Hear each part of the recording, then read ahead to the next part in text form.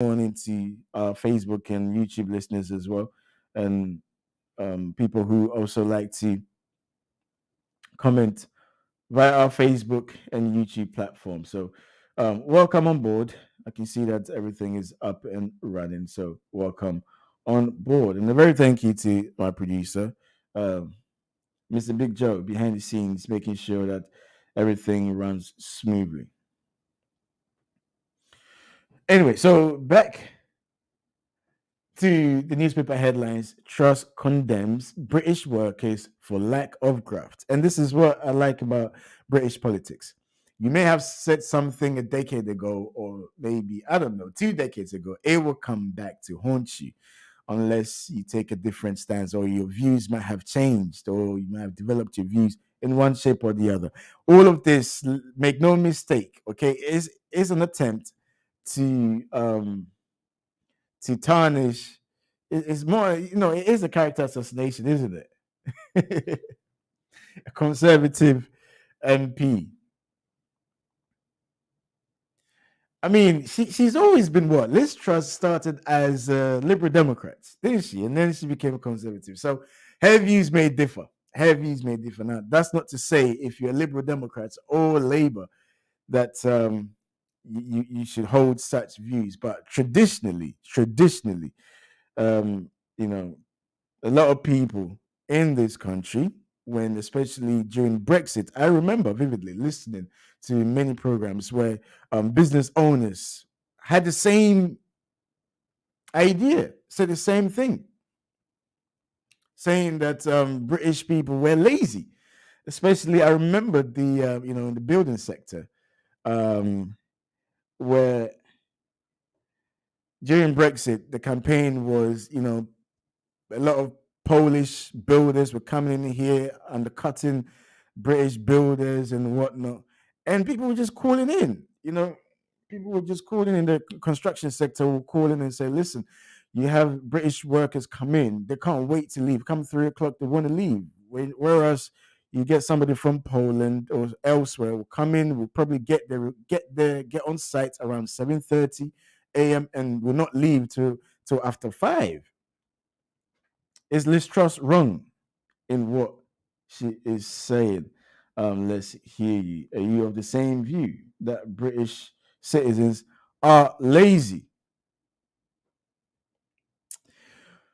All right, let's move on. The Financial Times. Financial Times has a picture of the opposition leader in Kenya, Raila Odinga. Um, on his front page, and you can see his supporters behind him. As I did mention, we will talk about Kenya's election as Raila Odinga claims that the 2022 elections is actually, a parody, according to him. So we'll be talking about that very, very soon. And again, as always, I welcome your comments. All right, let's look at the Financial Times, the FT. What has the FT? What are they leading with? Real pay levels fell at the fastest rate for the last 20 years in the second quarter, the Financial Times reports. Office for National Statistics figures show a 3% drop, the steepest decline since comparable records began in 2001. The paper says the data highlights the difficult financial position of households even before a sharp rise in energy bills expected in October. The Times, Sunak turns on rival over moral duty to ease bills. And also there's a picture of Jeremy Paxman, the University Challenge presenter, and also one of the most astute journalists. I think, when you talk about proper journalism, Jeremy Paxman is probably the last of your conventional journalists. But the paper leads with ex-Chancellor Rishi Sunak has hit out at his Conservative leadership rival Liz Truss, claiming her plans to tackle the cost of living crisis would lead to millions of people being tipped into destitution. Mr. Sunak is saying that mistrust failure to offer people more direct help with the energy bills would represent a moral failure. Okay. The Daily Telegraph. The Modern Slavery Act has become one of the biggest loopholes for illegal migrants to avoid deportation. A former immigration minister has told the Telegraph. Okay. The paper says Chris Phillip, who served between 2019 and 2021, claimed human rights lawyers were exploiting the legislation to keep illegal migrants and foreign murderers and rapists in the UK. The paper quotes a Home Office source saying Home Office Secretary Priti Patel will review the act in a bid to end low thresholds on proof and to limit the number of claims. Gosh, not look, I'm not even surprised. They've been looking to rip up this whole Human Rights Act laws. By the way, especially the Conservative Party. I mean, this is nonsense. What an utter nonsense. Anyway, it's Wednesday. It's Wednesday. Whosa. I need to calm down. The Daily Express. Truss fury over EU's Brexit betrayal. Okay. Foreign Secretary Liz Truss is furious at petty EU chiefs for breaching a research agreement. Reports the Daily Express under the terms of the Brexit deal in the UK. So, according to the paper, under the terms with the under the Brexit terms, the UK should have access to key scientific programs like Horizon Europe, which brings together researchers from across member nations. The paper says Brussels had agreed to the UK's continued participation following Brexit, but changed its mind last year following dispute over Northern Ireland. Nonsense. These are the same people looking to rip up the Northern Ireland agreement, but then kick up a fuss. I mean, this is what epitomizes Great Britain, isn't it? We want to have our cake and eat it. Boris Johnson comes out and says that declares he has an oven ready baked deal. Okay, which was essentially the same thing presented to us by the former Prime Minister Theresa May, which Boris Johnson absolutely thwarted, saying that it was rubbish. Okay. Then Boris Johnson, agreeing with the EU, then comes back and says, "Oh, by the way, this does not actually serve our interests. So we're going to break international law, okay, to change parts of the agreement we signed with the EU." Then here comes Liz Truss, the person who's also in favor to rip up the Good Friday Agreement, saying that she's furious at the fact that the EU have decided to renege on the agreement. It's nonsense. This is, oh gosh, you couldn't make this up, could you? Okay, the I. Omicron jab, Blair calls for every adult to get a booster. Former Prime Minister Tony Blair has called for every adult to get a booster to help avoid a meltdown of the NHS. The I newspaper reports. He thinks this is Tony Blair. His think tank, actually, the Tony Blair Institute, has also called on the government to be prepared to bring back compulsory masks on public transport to avoid a significant winter wave of COVID. Do you actually still wear your mask? Well, I do. Not all the time. I must be honest with you, but I do. Especially if I go to the supermarket, I go to the hospital, on buses if I decide to take the bus. Yeah, I do, but not as often as I used to, though. I must admit. Okay, let's look at the Metro. Ryanair to the rescue headlines the Metro as it reports its CEO, Michael O'Leary, will put on 500 extra flights at London Stansted Airport over half term. It comes after Heathrow Airport said it would extend its cap on the number of passengers flying from the airport until the end of October due to staff shortages. Mr. O'Leary criticized Heathrow, calling it hopeless. The Metro reports. Heathrow previously said the measures would enable more reliable passenger journey.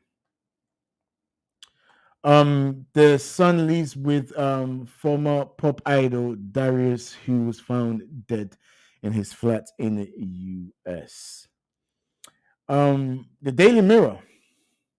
I'm a love cheat. I can't resist. Giggs admits he was never faithful, but denies ever attacking women. So this is Ryan Giggs, the former Manchester United player, who's in court for allegedly abusing his missus. Okay, so that brings us to the end of the newspaper headlines. I want to talk about this quickly. Okay, Liz Truss. This is the foreign. Well, she's still the foreign secretary, isn't she? And she's vying to become the next prime minister of the UK. Now, there's been a tape that has been leaked, as I read on the front page of the Guardian, of Miss Truss. Allegedly, well, not allegedly, because you can hear her audio. They've also backed it. They've also confirmed that she did say that, even though, according to them, it was taken out of context. Now, critics of Conservative leadership candidate Liz Truss have accused her of suggesting British workers were lazy in comments made in a leaked recording. In an audio published by The Guardian, Ms. Truss suggested British citizens lacked the skill and application of foreign nationals. Labour said her comments were offensive and effectively branded British workers as lazy. When asked about the remarks, the Foreign Secretary did not deny making them, and I quote, I don't know what you're quoting there, Ms. Truss said, under questioning at a Tory leadership event yesterday. She goes on to say, but the point that I've always made is what we need in this country is more productivity across the country, and we need more economic growth, end quote. Ms. Truss made the comments in the audio when she was Chief Secretary of the Treasury, a role she held between 2017 and 2019. And the report did not reveal the source of the audio recording, parts of which were redacted. In 2 minutes clip, Ms. Truss said British workers' mindset and attitude were partly to blame for them producing less per hour than their foreign counterparts, suggesting they needed more graft. So there you have it, Ms. Truss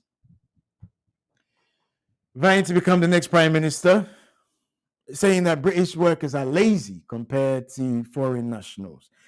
Is she wrong? Has she got a point, or is she just bonkers? She's just making things up. Well, if my mind serves me right,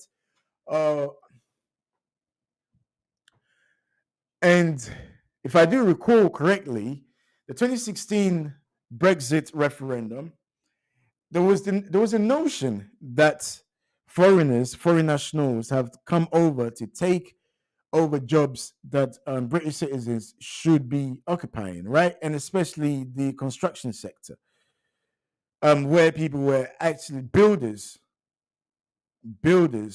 were complaining non-stop, where that they were being undercut by foreign nationals. I mean, let's face it, the so-called unskilled work in this country is not occupied by British citizens, it's foreign nationals.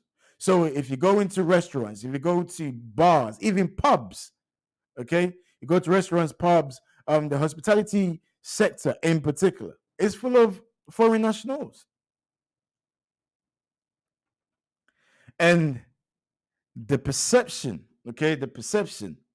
of British people, the attitude is that they want to start work around 9 and come 3 o'clock, they want to leave and head over to the pub. I mean, there's nothing wrong with that if this is the lifestyle that you want. But if somebody is wants to run a successful business, somebody that wants to open a bit early, close a bit later, looking for people to do long hours, and foreign nationals or somebody, a foreign person is looking to provide that, then of course you will go with that. It makes absolutely sense. I mean, it's no brainer. And the attitude of foreign nationals is, we know that we are foreigners. We probably have families back home. We probably have projects back home we're trying to accomplish. So a lot of foreign nationals in Britain work around the clock, and they're willing to put in that graft, willing to put in that extra work. Now, that's not to say that all British citizens are lazy. I think that is just wrong to have such mindset. I think that is wrong to have such mindset, because I do know some people that are grafters that graft really, really hard, work hard to make their money. But notwithstanding, but there is a perception. Now, check out this story. And of course, this is probably one person in, what's the population in the UK? The population, I think, is probably 66 million, right? 66 million or 67 million. So I needed some work done. Right now in my house, there's still work ongoing. This builder comes around to paint the whole place, right? So he gets there around 9 o'clock. I'll tell you something, right? Listen to this. This is a clear example, actually. I just had a little light bulb moment in my head, okay? This is a clear example. So this man is an Englishman, painting and decorator, a painter decorator, okay? So the job he was supposed to do, first they needed to tile up the kitchen. They did the kitchen, but left the electrics, the plugs all hanging off, which, it's a hazard. So then they had to come back and then paint the walls and also fix that. Now, this guy turned up on my house around 9:30 or between 9:30 and 10 a.m. for one kitchen. And if you do happen to live in London, houses in London, flats, they're not that big. So for the kitchen, right? Come 2 o'clock, this guy said, "Yeah, I'm done for the day. I'll be back tomorrow to continue." 2 p.m. This guy left. 2 p.m. He got up, packed his stuff, and said, "All right, mate, I'll see you tomorrow." Do you know what I mean? Couldn't finish it, so I'll be back tomorrow to continue. All right, mate. All right, see ya. That was the conversation that we had. That was him. See ya. Bye. I said, "All right, cool. All right, see you tomorrow." Now, I needed some works. They're still doing the works in the bathroom as well. There's a guy that came to the house, and I think he was Polish. He turned up at 8:30 a.m. and I said to him, "Listen, listen, I need to get ready. So give me another 10, 15 minutes, 20 minutes to get ready. You can come back." He said, okay. He said, no problem. He went and sat in his car and waited for me. The guy came there and stayed and finished the job, did not leave. He finished, I think, around 3 or 4. Did not leave till he finished the job. Why am I saying this? Is there some element of truth in what Liz Truss is actually saying? Is there? That British citizens lack that graft, that hard work mentality that foreign nationals possess. I mean, let's come to the Afro-Caribbean community, and a lot of our folks literally work around the clock, and this is why I find it difficult to grasp when people make this assertion that Ghanaians are lazy. I don't believe. I seriously don't believe so. I don't believe, because our people are hard workers. When it comes to this country, listen, people are working around the clock. They have 2-3 jobs, literally constantly working, simply because they have a family back home they have to support. Is Liz Truss wrong in what she's saying? Let's hear your take. A few messages are popping up. Keep the messages coming in, and I will read them out. I don't think she's wrong. And of course, she's vying to become the next prime minister, so this will be used against her. I don't think she's wrong. I don't think she's right. I don't think it's unfair to overgeneralize these type of issues. I don't think it is fair, but there is an element of truth in what she's saying. And again, I go back to the Brexit debate, where when you listen to business leaders, I remember this call vividly when this man called. He was head of a big business company with many chains across the country, where he said young Brits who applied for jobs, okay, a lot of them did not even show up for their interviews. Many did not show up for the interviews. Many did not show up for the interviews.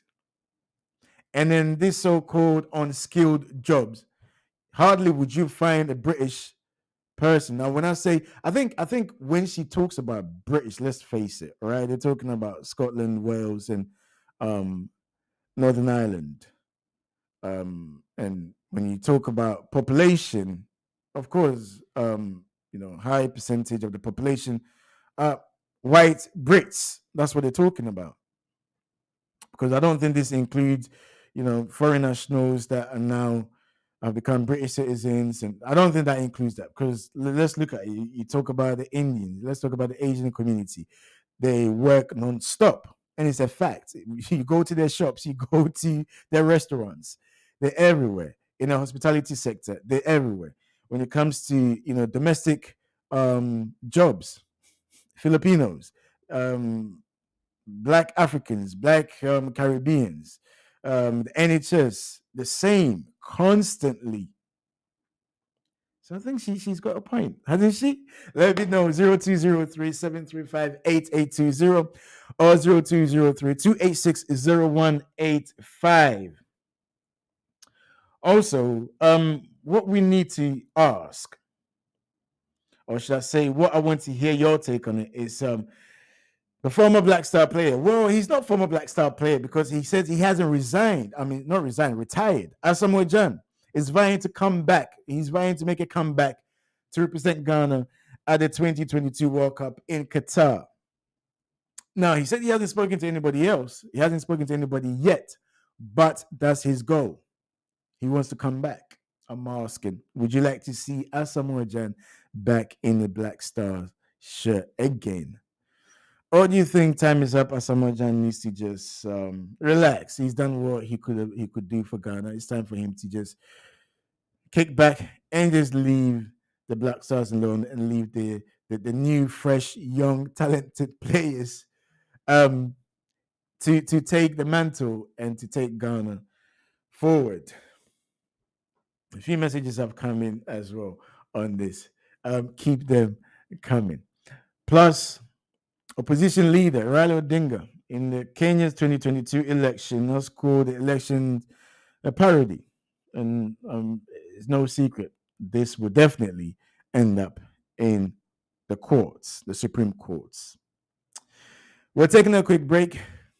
This is Jones Ewa. My name is Jones Ewa. The time now is coming up to 9 o'clock. We're taking a quick break. When we come back, we'll look at other stories across the continent of Africa, and I will read your messages and take your phone calls. Okay? Plus, we have an interview with an author, Adwoa Agyemang, who's written a book on how to relocate back to Ghana. It's interesting because many of us do want to relocate, or do we? What is stopping us from relocating? Adwoa Agyemang will be able to give us some answers. We'll be right back.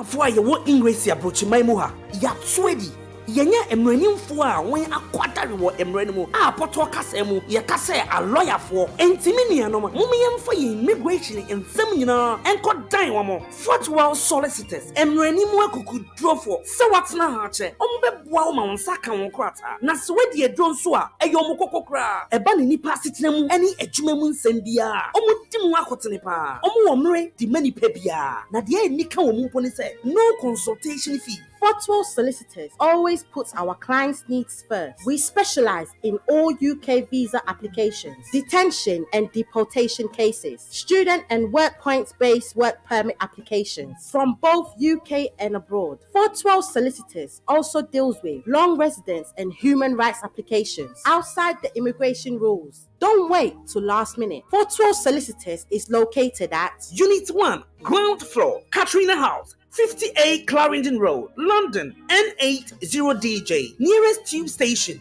Tempark Lane and Wood Green. Overground, Hornsey Station. Buses, 41 to Archway and 144 to Maswa Hill. For more info, call 0203 3257 030. Call our 24-hour line on 0754 8701 011. Website www.fortwellsolicitors.com. opening hours Monday to Friday 9:30 to 5:30 p.m. Thursday, Beyonce, Young Milton Keynes. Fortwell Solicitors is regulated by SRA. Fortwell Solicitors.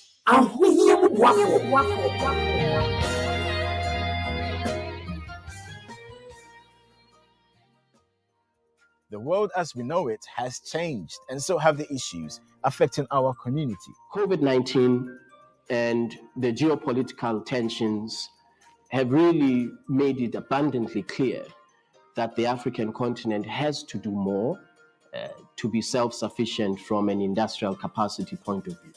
Join me, John Sewa, on GN Breakfast Show as we look at issues affecting us here in the UK, with a close eye on trending stories across the world. When we invest from the UK into infrastructure in African countries, that it is absolutely transparent. With a focus on Ghana's social and political issues. I mean, it's not about you thinking about, your money, the Sikadiya Basa is not what our authorities should be thinking about, or officials, but rather they should think about the nation. The Breakfast Show with John Sewa. Monday to Wednesday from 8 a.m. on GN Radio.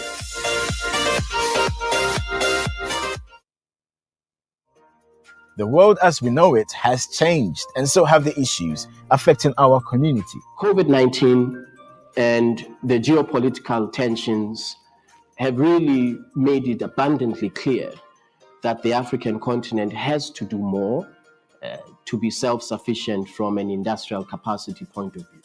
Join me, John Sewa, on GN Breakfast Show as we look at issues affecting us here in the UK, with a close eye on trending stories across the world. When we invest from the UK into infrastructure in African countries, that it is absolutely transparent. With a focus on Ghana's social and political issues. I mean, it's not about you thinking about, your money, the Sikadiya Basa is not what our authorities should be thinking about, or officials, but rather they should think about the nation. The Breakfast Show with John Sewa. Monday to Wednesday from 8 a.m. on GN Radio.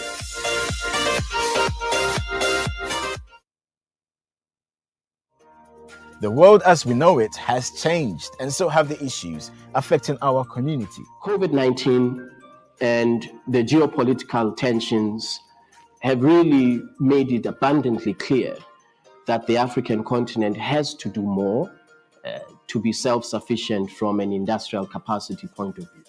Join me, John Sewa, on GN Breakfast Show as we look at issues affecting us here in the UK, with a close eye on trending stories across the world. When we invest from the UK into infrastructure in African countries, that it is absolutely transparent. With a focus on Ghana's social and political issues. I mean, it's not about you thinking about, your money, the Sikadiya Basa is not what our authorities should be thinking about, or officials, but rather they should think about the nation. The Breakfast Show with John Sewa. Monday to Wednesday from 8 a.m. on GN Radio.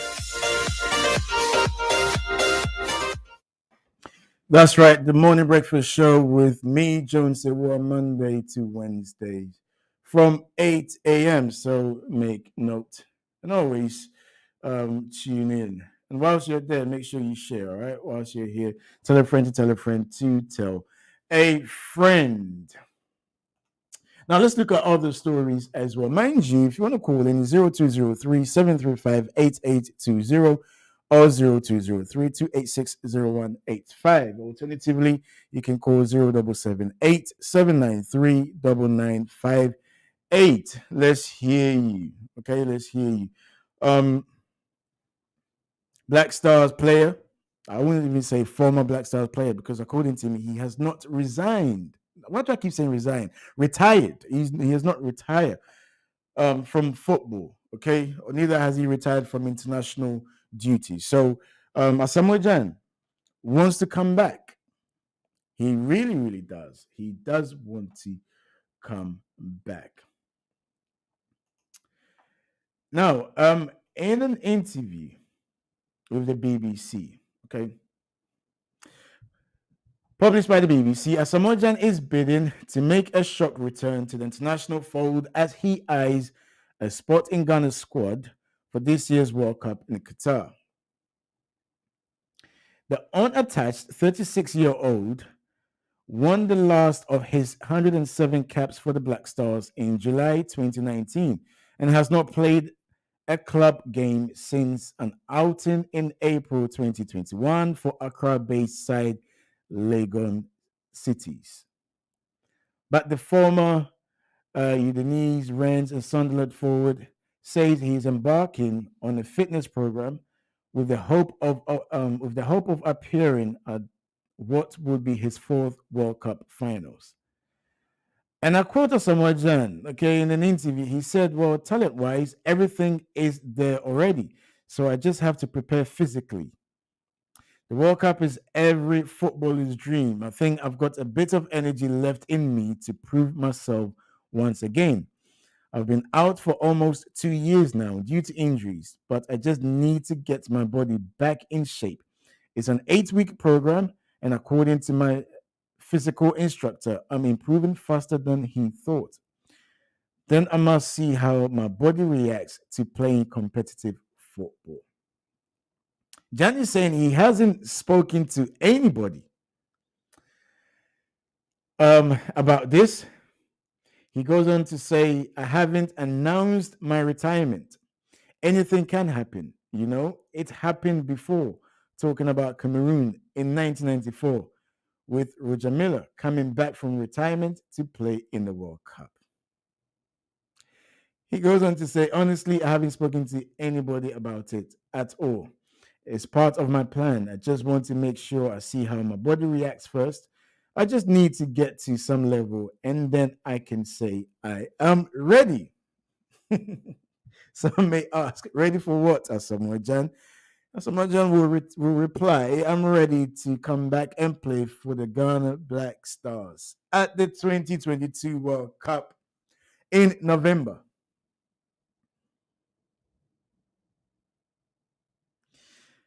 A minute of silence. Okay, now here's my take on it, okay, and then I'll read some of your text messages. This is my take on this. Dear Mr. Asamoah Gyan, you probably don't know me, but I know who you are. I've seen you personally. We probably said hello, which I think we did. But you don't know who I am. My name is John Sewa. This is my letter to Asamoah Gyan. To many of us, you are a hero. To many of us, you've achieved what a lot of Ghanaian footballers who we thought were the best to ever walk the face of this planet could not achieve. To many of us, playing in the Premier League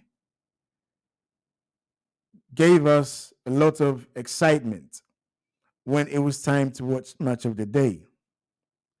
To many of us, your dance moves proved that culturally were still relevant. To many of us, the Ghanaian spirit of enjoying yourself, the Ghanaian talent that we know can shine wherever we find ourselves, was still alive. And you made that possible again. To many of us, we were proud to let people know of our background, our heritage, and why we ended up here. To many of us, you brought a spotlight on Ghana once again, just by your sheer determination and your zeal to always perform at your best. What you've achieved, I don't think many Ghanaian players or African players will be able to achieve. And this goes without saying that I think it will be a long time for Ghana to find somebody of your caliber, your love, your passion that you have when you represent Ghana. Through the hardship, through the lows, through the highs, you've always positioned yourself as somebody who fears nothing, but always loved your country. It was unfortunate what you experienced in 2010. It's part and parcel of football. Penalties are there to be scored, but penalties are also there to be missed. Unfortunately, you were unable to capitalize on the opportunity that was handed to you for Ghana to make it to the semifinals of the 2010 World Cup. Nevertheless, even after missing the penalty, you still had the boldness to take a penalty after extra time. And you did score, which proved to me that you have a heart of a lion. Like I said, penalties are there to be scored, but penalties are also there to be missed. Ghana came very close, 2015, in the finals against Ivory Coast, the Africa Cup of Nations. Unfortunately, Ghana came unstuck again. Your name, Asamoah Gyan, is globally recognized. And how we wished you would have stayed in the Premier League for a couple more seasons. And I had no doubt that you would have actually played for one of the top 6 teams in this country, because you outperformed. When you played against the so-called top teams, you show that you are a natural goal scorer. And that is what Ghana misses. A natural goal scorer. Asamoah Gyan, put anything in the box, Asamoah Gyan will get on the end of it. We even went as far as saying we have hope if we have Asamoah Gyan. Asamoah Gyan gets a chance, 9 out of 10, Asamoah Gyan will score. And it goes to show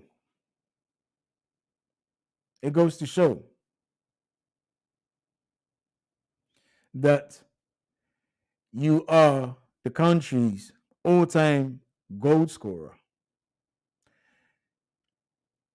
And also Africa's top goal scorer at the World Cup finals. So we commend you and we appreciate you for everything that you have done. You decided to go back to Ghana and also play, which I thought was fantastic. Because a lot of the times, our superstars, coming to the end of their career, just disappear into thin air. But you went back. You went back and played for Legon Cities. And I admire that. And I'm sure a lot of people admire that. And I'm sure that, your teammates learn a lot from you. The young players learn a lot from you. However, just like everything that has a beginning has an end.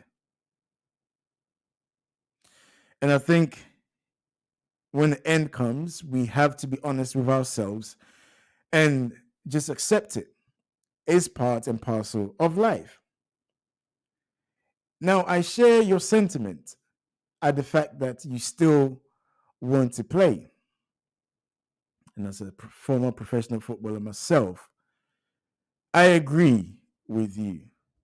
Because although the body decides to, go downhill after a certain point in your life as a footballer, I mean, in relative terms, you're still young, 36.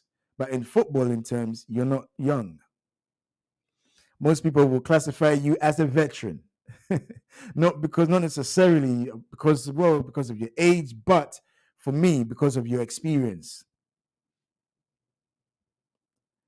And there comes a time where we must be honest with ourselves. We're not as sharp as we used to be. The mind is still there, but the body doesn't work or in sync with the mind when it comes to playing again at this particular age, knowing for a fact that you've been out of the game for 2 years, as you've mentioned yourself. What I would say is I want to remember Asamoah Gyan, the Asamoah Gyan of 2010, the Asamoah Gyan who came and sparked up the Premier League, the Asamoah Gyan who was injured during the Africa Cup of Nations. Ghana in front of goal, non-existence. Asamoah Gyan came off the bench and scored. That is the Asamoah Gyan I want to remember. I would hate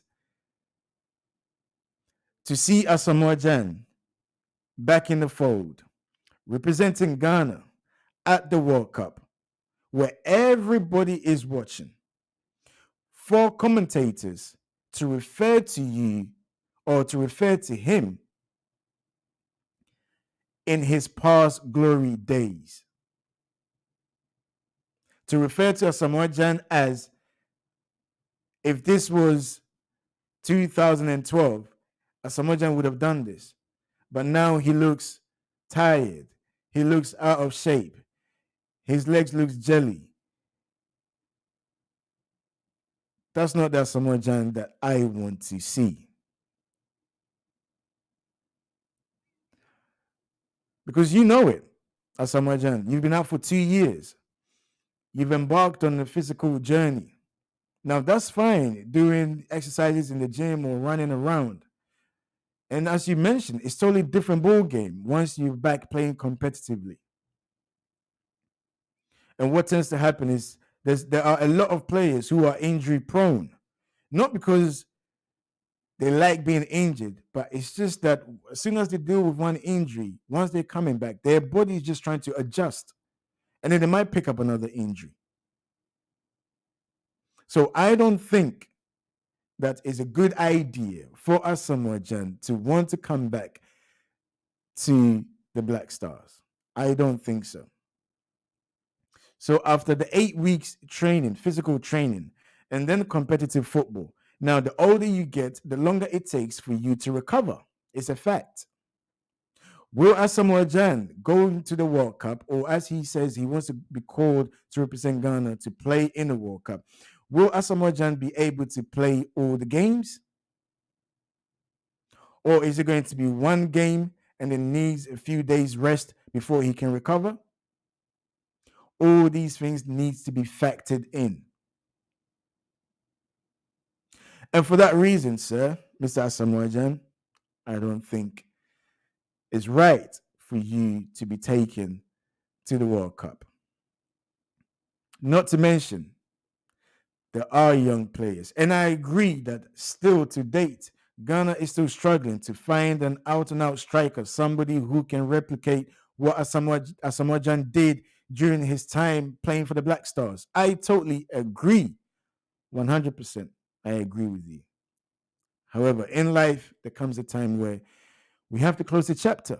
And unfortunately, Asamoah Gyan, I think you have to close the chapter for playing for the Black Stars. On the field, if you want to go to the World Cup, I would like to see you off the field, on the side of the field, as part of the technical staff. Maybe a position for you will be a technical coach for strikers, because you can pass that knowledge on to the youngsters. And it's been done before, just as you quoted Roger Miller. I'm quoting to you Ian Wright. A few years ago, Crystal Palace were struggling to find the back of the net. Ian Wright went back to Crystal Palace to help them, to help the center forward. And it worked massively, because you've been there, you've done it, you've got experience, and these young lads can learn from you. You know, the body is not as agile as it used to be. The little 5 yards sprint is not there. You lose your sharpness. The body aches too much for the body to take. So, Mr. Asamoah Gyan, this is my letter to you. Wishing you all the best. Sincerely yours, Jones Ewa. Thank you. Now, you can also send in your comments. I would like to hear from you. Crikey. That was a long letter, wasn't it? Just to let you know, by the way, none of it was written down, by the way, okay? So this is just me just thinking about it and talking, because I like to talk. You know, I'm a big fan of Asamoah Gyan, so I like to talk. That was my piece about Asamoah Gyan. You can also send in your piece. Now let's bring you other stories as well. As I did mention earlier, 9th of August, Kenyans went to the polls to vote to elect a new president. For some reason, some technical reasons, the counting of the ballots were delayed. But a few days ago, the election results were announced. And William Ruto was elected the new president. But the independent body of the Electoral Commission came out just before the announcements of the Kenyan election were declared, said that due to the opaque nature of the process, they will have nothing to do with the results that are being declared or are yet to be declared.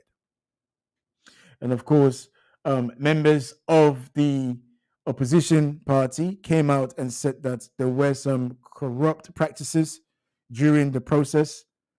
And so they will see what they will do next. Of course, everybody's expecting the case to go to court, because this is the channel to dispute election results. And today, Raila Odinga has come out and called the Kenyan election results as a parody. Let's listen to this report.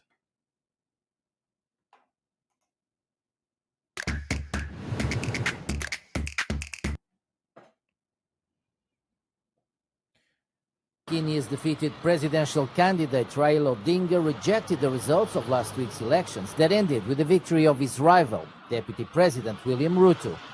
Controversy surrounded the announcement of the results, with 4 out of 7 senior election officials disowning the results. Speaking at the press conference, Odinga described the results as a blatant disregard for the Kenyan constitution. What we saw yesterday was a travesty and a blatant disregard of the constitution and the laws of Kenya by Mr. Chebukati and a minority of IEBC commissioners. The law is clear on the role of the chairperson of the IEBC. The law does not vest in the chairperson the powers of a dictator to rule the IEBC unilaterally. The long-time opposition figure and 5-time presidential candidate vowed to continue all legal routes in order to challenge the results. The electoral race was close, with William Ruto obtaining just over 50% of the vote against almost 49% for Raila Odinga. So there you have it. Raila Odinga, we used all legal routes or legal ways to try to contest the results. And I mean that is the best way. That's what we will all want to see. No more. We don't want any violence, and I don't think Kenyans want that either. All right, now Liberian officials named in imposed U.S. sanctions on Monday have been suspended by President George Weah. A statement issued yesterday by Liberian presidency said President George Weah views the allegations against the officials contained in the report as grave. He also designated the principal deputies of the suspended officials to act in their stead. Let's take a quick listen to this report. There's a lot happening. Three Liberian officials named in imposed U.S. sanctions on Monday have been suspended by President George Weah. Three Liberian officials named in imposed U.S. sanctions on Monday have been suspended by President George Weah. A statement issued Tuesday by the Liberian presidency said President Weah views the allegations against the officials contained in the report as grave. He also designated the principal deputies of the suspended officials to act in their stead. The U.S. announced Monday that it has imposed corruption sanctions on senior Liberian officials, including one close to President George Weah, the minister in charge of presidential affairs. Two other senior officials sanctioned are Liberia's Attorney General and head of the National Port Authority. The sanctions consist mainly of freezing their assets in the U.S. Liberia is the oldest republic in sub-Saharan Africa.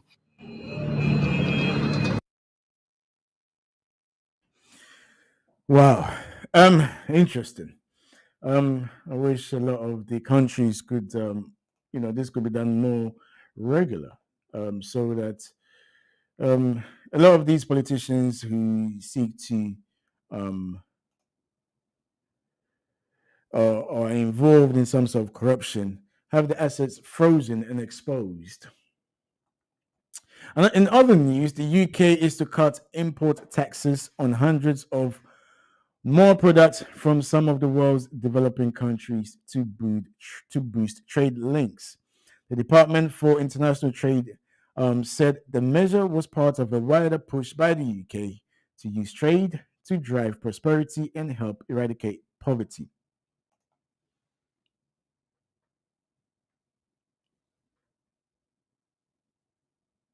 Okay, we're just trying to get this report up for you, so just bear with us. Looks like okay, are we okay to go? Okay. The UK is to cut import taxes on hundreds more products from some of the world's developing countries to boost trade links. The Department for International Trade said Monday the measure was part of a wider push by the UK to use trade to drive prosperity and help eradicate poverty, as well as reduce dependency on aid. The scheme covers 65 developing countries and will affect around 99% of goods imported from Africa. Clothes, shoes, and foods not widely produced in the UK will benefit from lower or zero tariffs, but goods and services from Africa make up 2.5% of the total goods imported into Britain. Only 8 nations from sub-Saharan Africa, mostly former colonies, count the UK in their top 10 export destinations. They include Rwanda, Mauritius, Seychelles, Sierra Leone, Ghana, Mozambique, Kenya, and South Africa. All right. Okay, so that's the newspapers, what should I say, trending stories across the continent of Africa. We'll bring you more. The time now is exactly 9:30. I will read your messages, the messages that have come in.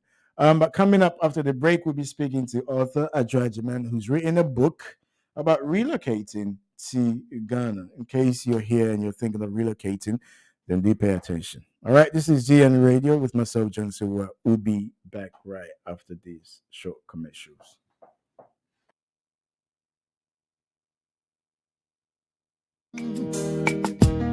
Hobi benyawa efiyadeɛ ɛyampo ewiase so bi benyawo a ɛne yare nanso pastanti shalom bepie mu wɔ man mu de menti so bi ade yare asiri obi da wɔn a wakɔ ne hɔ nyinaa ya dansidie nko a onyame nam ne dom so ayi akyɛ nako a yɛ nananom bi biduru a no mo de sa yarewa a ɛma ebi mu di mfinhyia wɔ ha ne aduonu ɛne wɔ ha ne akyire no ɔde bepie yɛ man mu a saa bere de ɔde gye yɛn kwa dodoɔ no a na ɔwɔ diabetes, high blood pressure, stroke, high cholesterol, koko, anasa nidane, ana obi a wani so ye usisi, arthritis, anasa sasabro, fibroid, skin rashes, bema o yire fra o comfort, e won paso, ana oba a wo pa wo. Inti Shalom Herba, e your last stop. Ono de, wo de anya ye krom, ahama, ene ye nubina, ena sabre o de san yare. Se mama yare bi din a, na no ntia se oni na duro. Gise wadru pastor Inti Shalom Herba, ahwe ansa no wate de America na see. Enti wo a wutie me, yare ba no wagya tumu se we de wo yare no no.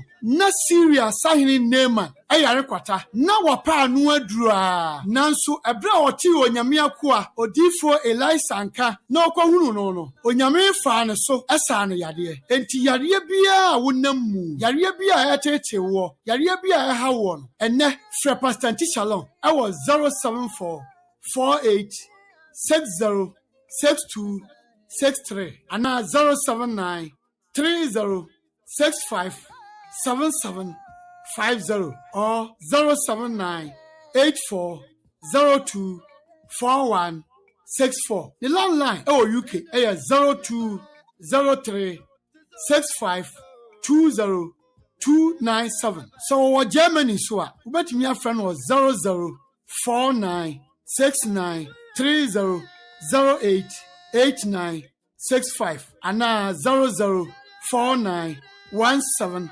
63 70 43 518. Inti Shalom Herbal Medicine there. Aba Abaji Yankwa. Shalom, shalom, shalom. Yahweh, shalom. Yahweh, shalom.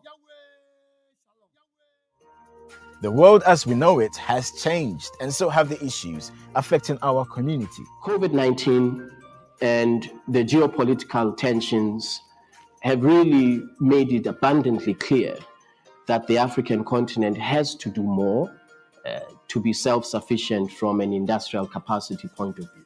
Join me, John Sewa, on GN Breakfast Show as we look at issues affecting us here in the UK, with a close eye on trending stories across the world. When we invest from the UK into infrastructure in African countries, that it is absolutely transparent. With a focus on Ghana's social and political issues. I mean, it's not about you thinking about, your money, the Sikedia Basa, is not what our authorities should be thinking about, or officials, but rather they should think about the nation. The Breakfast Show with John Sewa. Monday to Wednesday from 8 a.m. on GN Radio.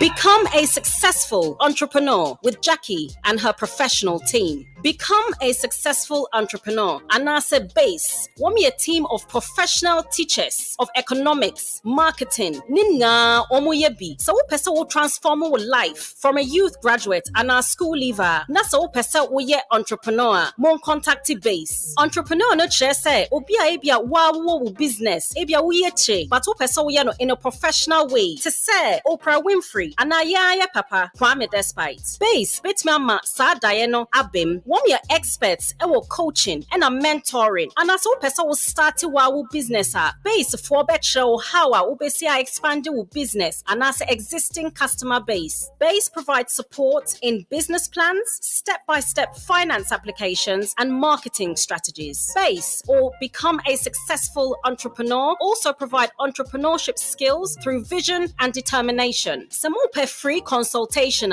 for a base ewo 073 99867 417. I repeat, 073 99867 7417. Anasa womo email address info@becomeasuccess.co.uk. Website www.becomeasuccess.co.uk. Mokohwa mobetimi make bookings for an appointment. Base Anasa become a successful entrepreneur. Let's turn your vision into a reality.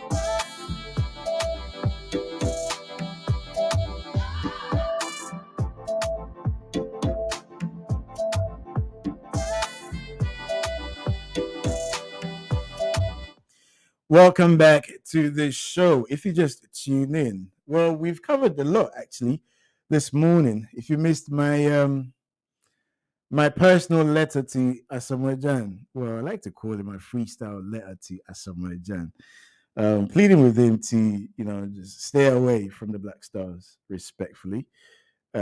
He's achieved a lot, and we're grateful for that, but like I said, there comes a time where we have to be honest with ourselves and just say, you know what, we've done our bit. Let's leave it to the younger ones to also carry the mantle.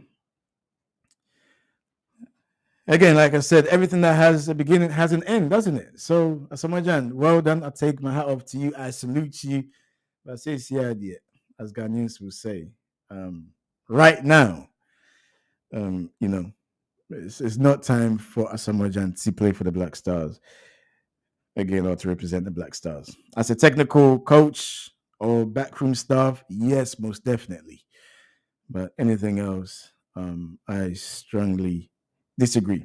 All right, let's read a few of your messages and then we continue with the program. As I did make mention to you earlier, that we'll be speaking to author Adwoa Agyemang, author of Move to Ghana, 10 Practical Ways to Relocate to the Motherland. She's here in flesh. We could have had her on Zoom or something, but I wanted her to be here because it's different, isn't it, when you're speaking to somebody on Zoom and they're in the studio.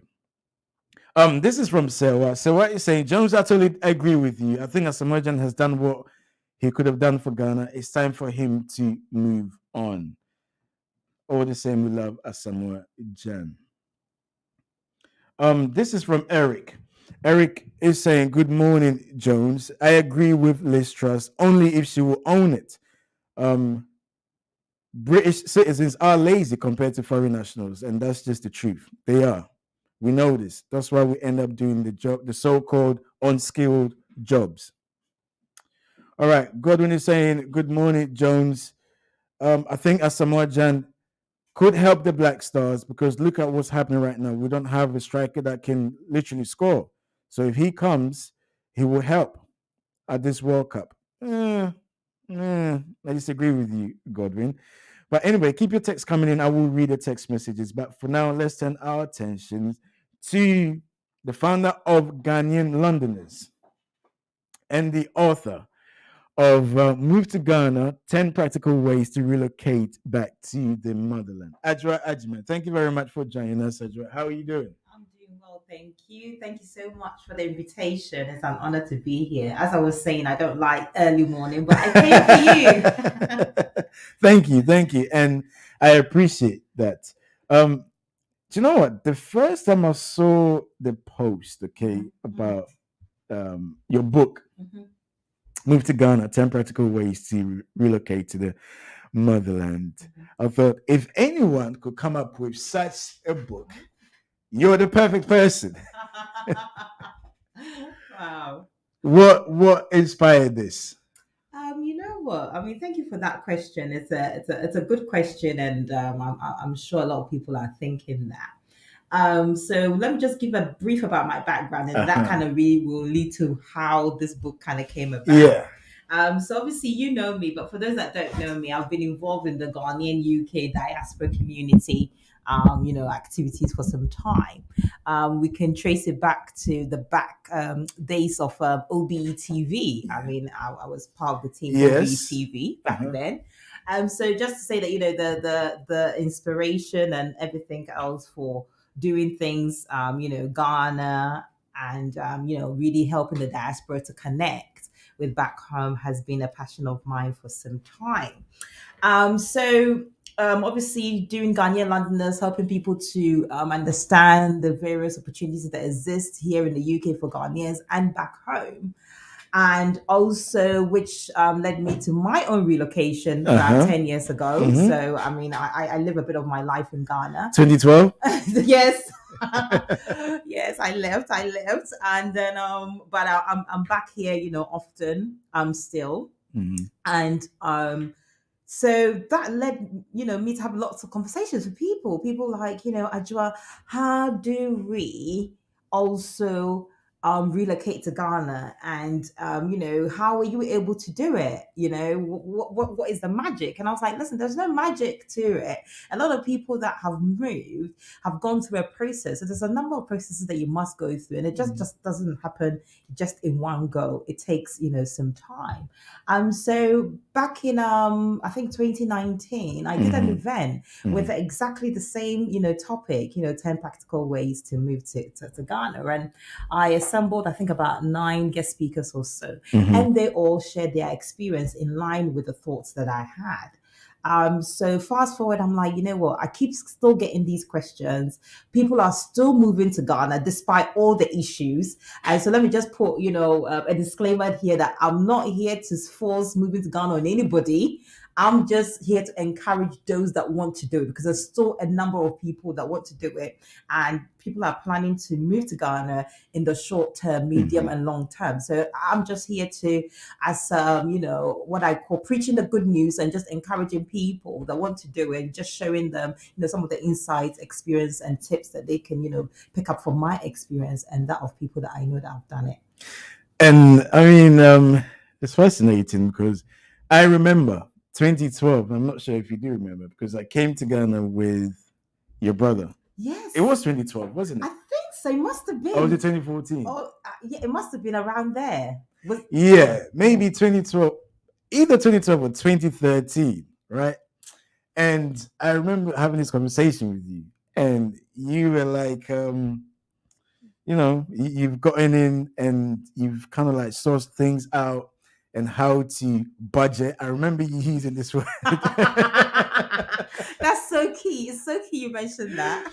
how to budget. Yeah. But reading your book, you said something that I thought again was very interesting, because you're saying that if you want to come to Ghana, if you want to relocate to Ghana, it's ideal to use your if you're going for holidays, use your holiday time to just look around a little bit, because relocating and going on holidays in Ghana are 2 different things altogether. Elaborate on it a little bit. Okay, so that's a very, very good question, because with obviously going on holiday, you tend to, you bought your ticket, must have been really quite expensive. Even now with BA and all it's just ridiculously expensive flight, right?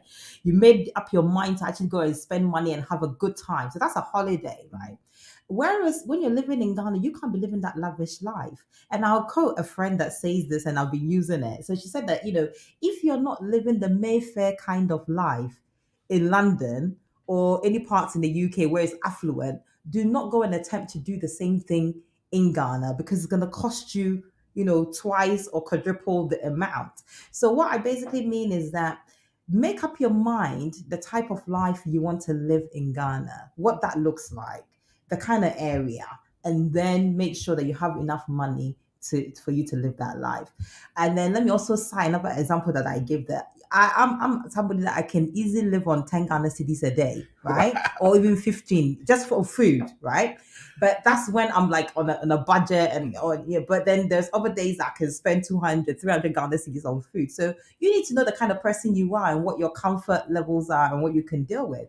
So let me break down the 10 Ghana or the 15 Ghana. I mean, now things are a bit more expensive, but you can just go on the street in the morning, grab cocoa, 1 cedi, 2 cedi, Adwoa fruit, 1 cedi, 2 cedi, you're done. Get some pure water, 30%, whatever, you're done. That's done for breakfast, right?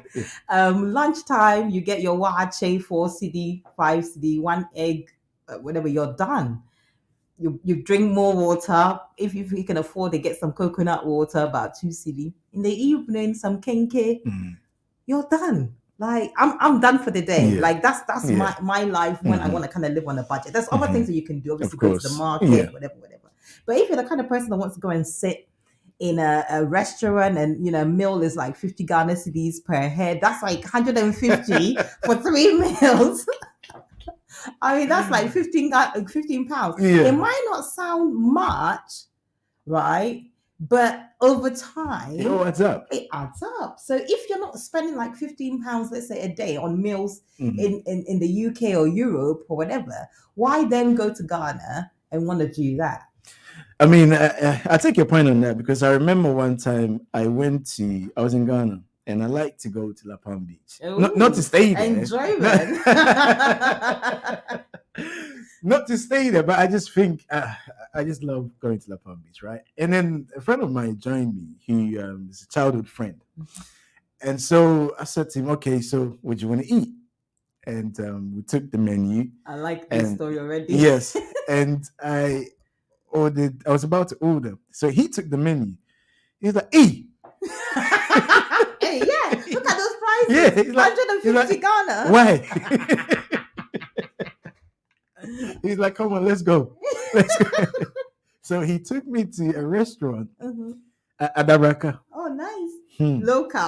Local, but it was like on a story building, nicely done, clean, and the food was like 50 times, 60 times cheaper.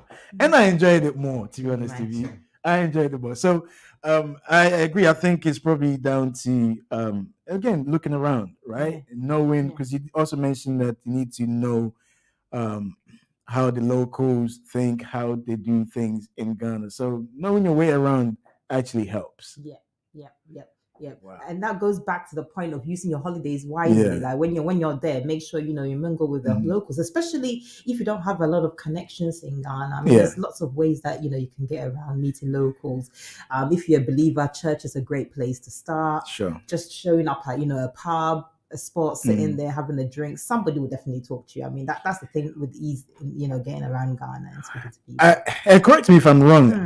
One would think that this particular book is designed for young professionals in the diaspora. To some extent, a lot of the ideas are, but then there are some ideas about investment. Yes. That potentially, if the older generation want to kind of take that route, to relocate to Ghana. But I mean, the whole idea is for it to be a guide, to kind of spark an interest and think, okay, which of these 10 options is applicable to me? Yeah. And what can I do? Or something else that has come up that I can potentially do. I mean, I talk about even starting, an online business. Yeah. So if perhaps you're starting an online business where you source products from Ghana, that's like your link now. You begin to build your connection, then eventually you might want to look at doing something, on the ground. So just really practical ways for people to plug in. So for instance, someone that decided to go to Ghana and then fell in love with the country, they want to go back. But of course you can't just go on there without any work. And I know that you talked about this a lot as well, because there is a lot of people in the diaspora that think that, opportunities are not that much in Ghana. But there are links, there are ways in which you can actually find a job or even start up your own business, right? Yes. I mean, it's good that you brought out that point. How we network and how we connect with people in Ghana is slightly a bit different from how we do here. I mean, Ghana as a culture is heavily on relationships. So you must understand how to build relationships. And relationships also start from a personal perspective. So you might turn up in a meeting and somebody wants to know where your mom is from, where your dad is from. Yeah. So if you're a diasporan that doesn't know a lot about that part of your culture, for example, one of the advices that I give, and these are like insights that if you don't speak to somebody like me, you wouldn't know. Like you need to know. You need to know where you're from. If they ask you, if you're from Mampong in this region, whatever, those kind of conversation act as a door opener for some of us. And then through those conversations and what you're doing, everything, it does really happen to open doors.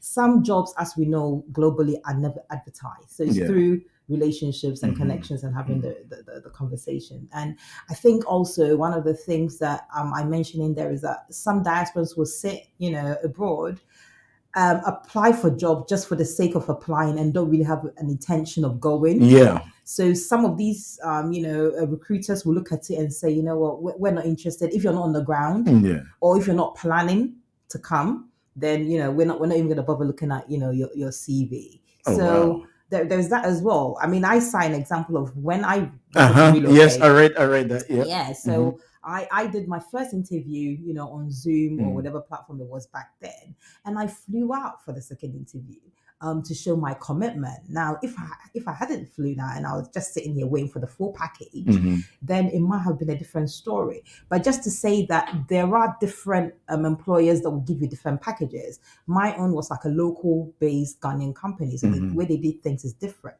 Whereas if you apply for a job for an international company that comes with a whole relocation package, that will be a different story as well, where you can do the whole interview abroad and then go when you're ready to go. So it just really depends on what you're looking at. And that leads me to my next question, because salary is a major factor. Sure. A lot of us in the diaspora have the zeal to go back, but at the end of the day, we still want to get paid in pounds.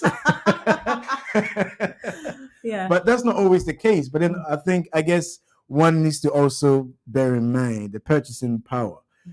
So whatever money that your salary you're receiving here doesn't necessarily mean you're going to receive the same salary there. But the salary you do receive in Ghana might be enough for you to live, right? Sure.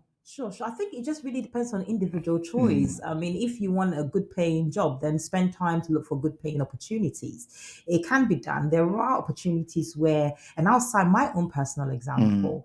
I mean, after I got to Ghana and, I worked with a local company, a job opening came up for an international company that was based in the UK that needed somebody to represent them on the ground. Now, the thing is that they flew out to Ghana to look for somebody to employ. So, you have some recruiters that are doing that. So let's say you really want to do it and you're not there, they won't connect you. So I was sitting in Accra and being paid in pounds. So there are people that have that opportunity. So it's just really about you kind of really researching and seeing what will work for you. And then just bearing in mind that the local economy is obviously different from where you're coming from. And then just seeing, what salary is good for you and what you would accept. But also in saying that in Ghana, you can't really survive on one salary. You need to find other things to do, depending on the kind of lifestyle that you want to live. So the opportunity to set up a side hustle or have something else from your skill set going could potentially boost up your income. And he also did make mention of maybe if you want to relocate back, looking at more of a consultancy role. If you're specialized in a particular field. And, a lot of the times we don't think these opportunities are there because probably down to, I want to say ignorance, or just probably down to maybe our experiences or perception, because there's a lot of negative perception about Ghana. But then you realize some people are actually going, taking a risk to go back and are making it. Yeah, that's the thing. And really, Ghana can definitely work for a lot of risk takers if it's a bit calculated. Because as you said, if you can spend some time to do good research into the kind of area you want to go into the kind of people that you want to connect with, then you can definitely survive. And one of the examples I give in there, you can actually do research from wherever you are in the world.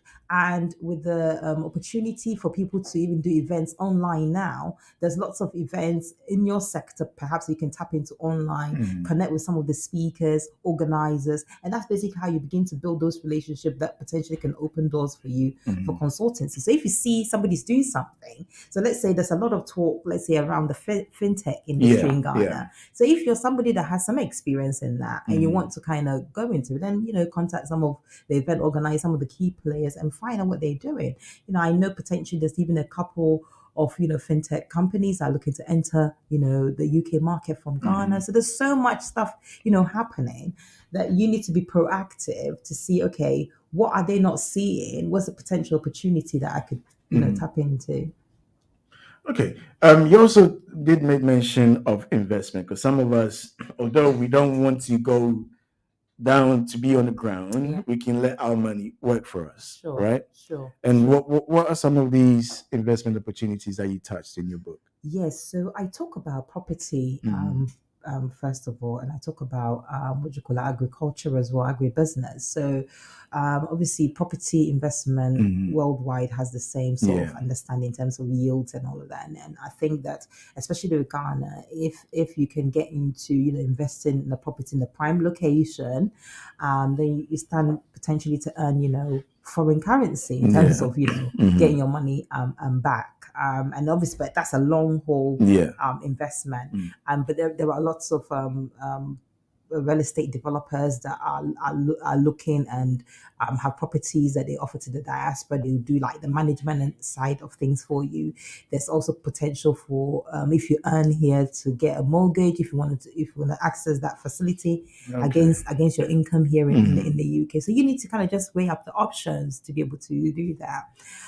There is also the agribusiness that I mentioned. So there's lots of platforms that allows you to actually farm and be part of that process that people are tapping into. And that doesn't take a lot of money to kind of invest in it. And the yields is, I think, up to like 25%, depending on which platform you sign up to. So there's lots of opportunities, really. It just depends on what you want to do and how you want to tap in. I know that there are, people on the ground, entrepreneurs that are on the ground that are looking for partners as well. So they have like viable businesses. So if you're able to, if that's something of interest, you want to like, evaluate some businesses on the ground and, invest in, then that's also an opportunity that exists.